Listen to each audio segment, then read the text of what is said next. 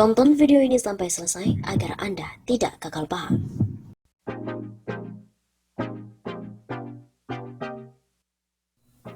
Undang-Undang Cipta Kerja ternyata ditemukan pasal selundupan. Pemerintah dan DPR tidak cukup untuk minta maaf, mereka pun mesti diproses hukum. Peneliti Forum Masyarakat Peduli Parlemen Indonesia atau Formapi, Lasius Karus, menanggapi terkait dengan pasal tentang minyak dan gas bumi yang dihapus oleh Sekretariat Negara atau Setnek.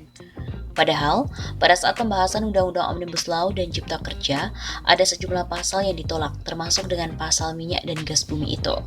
Demikianlah yang disampaikan oleh Lasius dalam keterangannya kepada redaksi pojok1.id di Jakarta pada hari Jumat 23 Oktober. Fakta, ada pasal yang menurut Supratman sebenarnya sudah ditolak saat proses pembahasan, tapi nyatanya masih ada di naskah. Lasius juga menduga bahwa pasal yang dihapus oleh Sekretariat Negara itu merupakan pasal selundupan. Penghapusan oleh Setnek itu dilanjut Lasius. Mungkin saja bukan buah dari keteledoran atau kelupaan mencoret ketentuan yang sudah tak disetujui pada rapat kerja di DPR. Saya menduga pasal ini merupakan pasal selundupan. Ia juga menyebutkan di balik kekacauan pengesahan Undang-Undang Cipta Kerja, ada niat jahat yang selumbungkan. Hal tersebut, kata Lasius, terlihat dari penghapusan pasal oleh Setnek.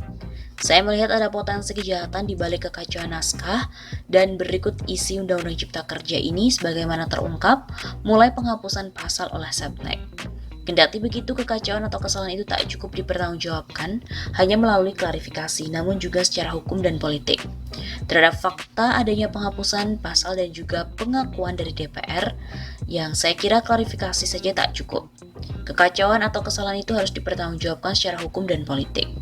Ia pun meminta kepada para penegak hukum atau kepolisian untuk menyelidiki motif di balik keberadaan pasal yang dihapus oleh Setnek itu.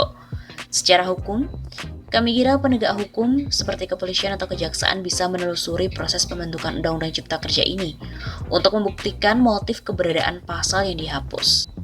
Sebelumnya, Ketua Balek Badan Legislasi DPR RI, Supratman Andi Aktas, juga mengangkat bahwa seputar pasal terkait dengan Omnibus Law, yaitu minyak dan gas bumi yang hilang dari draft Undang-Undang Cipta Kerja terbaru yang sudah dipegang oleh pemerintah. Menurutnya, pasal 46 Undang-Undang Nomor 2 Tahun 2001 tentang minyak dan gas bumi itu memang seharusnya dihapus dari Undang-Undang Cipta Kerja karena terkait tugas Badan Pengatur Hilir atau BPH Migas. Terkait pasal 46 yang dikoreksi itu benar. Jadi kebetulan Sekretariat Negara yang temukan. Jadi itu seharusnya memang dihapus, karena itu terkait dengan tugas BPH Migas. Begitu kata Supratman kepada wartawan saat dikonfirmasi pada hari Kamis 22 Oktober. Menteri Sekretaris Negara atau Mensesnek Pratikno beserta dengan Menteri Hukum dan HAM Yasona Lauli angkat bicara terkait bertambahnya jumlah halaman Undang-Undang Cipta Kerja dari 812 halaman yang saat ini dikirim ke DPR menjadi 1187 halaman saat diserahkan ke Muhammadiyah dan juga Majelis Ulama Indonesia. Pratikno dan Yasona memastikan meski jumlahnya beda, tapi isinya pun tetap sama. Ketua Badan Legislasi Supratman Andi Aktas juga membenarkan hal tersebut. Namun dia menyebut ada satu pasal yang dicabut dari naskah tersebut. Aduh, bisa rame lagi nih. Menurut Pratikno, isi naskah yang disiapkan Kementerian Sekretaris Negara atau Kemensesnek sebanyak 1187 halaman sama dengan yang disampaikan oleh DPR. Substansinya sama dengan naskah yang disampaikan DPR kepada Presiden. Tegas Pratikno melalui pesan singkat kepada wartawan. Pratikno juga menjelaskan setiap naskah undang-undang dilakukan formatting dan pengecekan teknis terlebih dahulu oleh Kementerian Sekretaris Negara sebelum disampaikan pada Presiden. Setiap item perbaikan teknis katanya juga dilakukan seperti typo atau salah ketik dan perbaikan lain. Semua dilakukan atas persetujuan pihak DPR yang dibuktikan dengan para ketua balek. Pratikno menuturkan jumlah halaman itu tak bisa menjadi indikator untuk mengukur kesamaan dokumen. Sebab jumlah halaman bisa berbeda ketika diukur dengan kertas atau ukuran huruf yang juga berbeda. Mengukur kesamaan dokumen dengan indikator jumlah halaman itu bisa misleading. Naskah yang sama, diformat pada ukuran kertas berbeda, dengan margin berbeda, dan font berbeda akan menghasilkan jumlah halaman yang berbeda.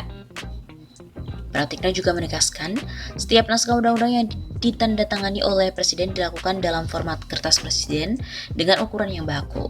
Pernyataan yang sama disampaikan Menteri Hukum dan HAM Yasona Lawli.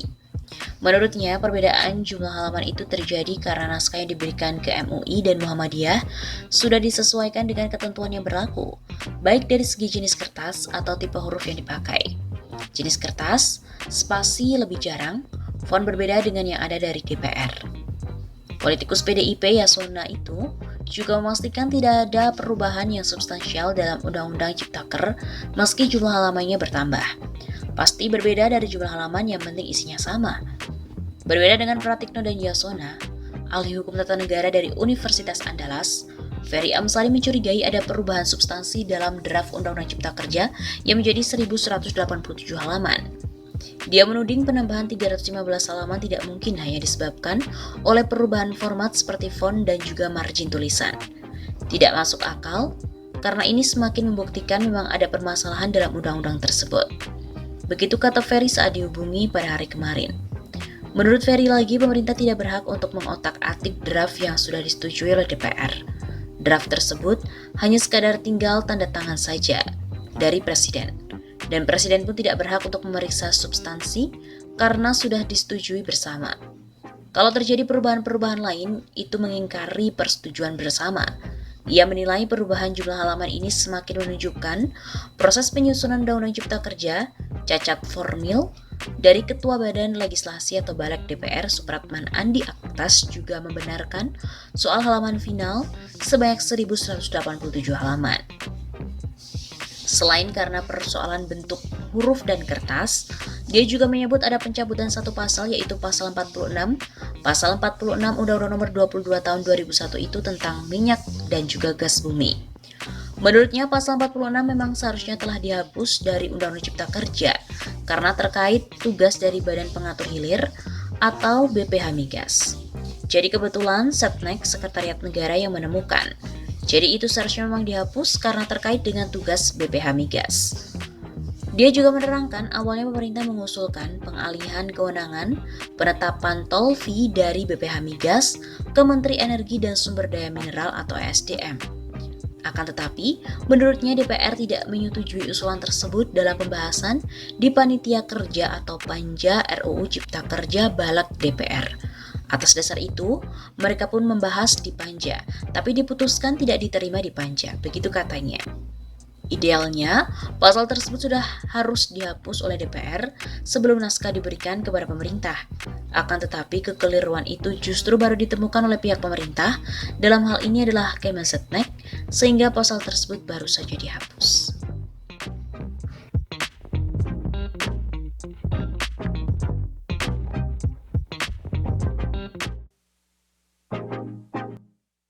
Setahun Jokowi Ma'ruf, buruh mahasiswa akan kepung Istana 20 Oktober.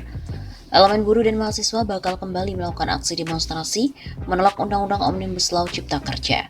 Aksi turun ke jalan tersebut digelar hari ini, Selasa 20 Oktober. Ketua Konfederasi Aliansi Serikat Buruh Indonesia (KASBI), Nining Elitos mengatakan demonstrasi digelar berbarengan dengan momen 1 tahun Joko Widodo dan Wakil Presiden Ma'ruf Amin. Nining menyebut para buruh akan melakukan long march dari Universitas Indonesia (UI), Salemba, hingga depan Istana Kepresidenan Jakarta. Buruh dari berbagai serikat pekerja bergabung dalam aksi. Nining juga menegaskan tuntutan para buruh masih sama dengan aksi demonstrasi sebelumnya. Mereka menuntut agar Presiden Jokowi membatalkan Undang-Undang Cipta Kerja dan menerbitkan peraturan pengganti undang-undang atau Perpu. Aliansi Badan Eksekutif Mahasiswa Seluruh Indonesia atau BEMSI juga bakalan ikut turun aksi. Mereka kecewa lantaran Jokowi tak mau bertemu langsung menerima aspirasi pada aksi-aksi sebelumnya. Para mahasiswa hanya ditemui oleh staf khusus Presiden. Sekaligus bertepatan dengan 1 tahun kerja Bapak Jokowi Ma'ruf Amin, aksi dilaksanakan pada Selasa 20 Oktober. Remi menjelaskan tuntutan mereka masih sama, yakni mendesak Jokowi mengeluarkan Perpu untuk mencabut Undang-Undang Cipta Kerja yang telah disahkan pada Senin 5 Oktober yang lalu. Selain itu, BEMSI juga mengecam langkah pemerintah yang berusaha mengintervensi gerakan dan suara rakyat serta berbagai tindakan represif dari aparat kepada seluruh massa aksi. mengajak mahasiswa seluruh Indonesia bersatu untuk terus menyampaikan penolakan atas Undang-Undang Cipta Kerja hingga Undang-Undang Cipta Kerja itu dicabut dan juga dibatalkan. Gelombang penolakan Undang-Undang Ciptaker telah muncul dari berbagai daerah sejak 6 Oktober sampai dengan 16 Oktober lalu. Masa dari elemen buruh, mahasiswa, pelajar dan juga masyarakat lainnya mendesak Jokowi untuk membatalkan Undang-Undang Cipta Kerja. Saat ini Undang-Undang Cipta Kerja telah diserahkan DPR kepada Jokowi. Mantan wali kota Solo itu tinggal menandatangani undang-undang tersebut sebelum diundangkan. Namun jika Jokowi enggan untuk menandatangani, Undang-Undang Cipta Kerja itu tetap berlaku setelah 30 hari.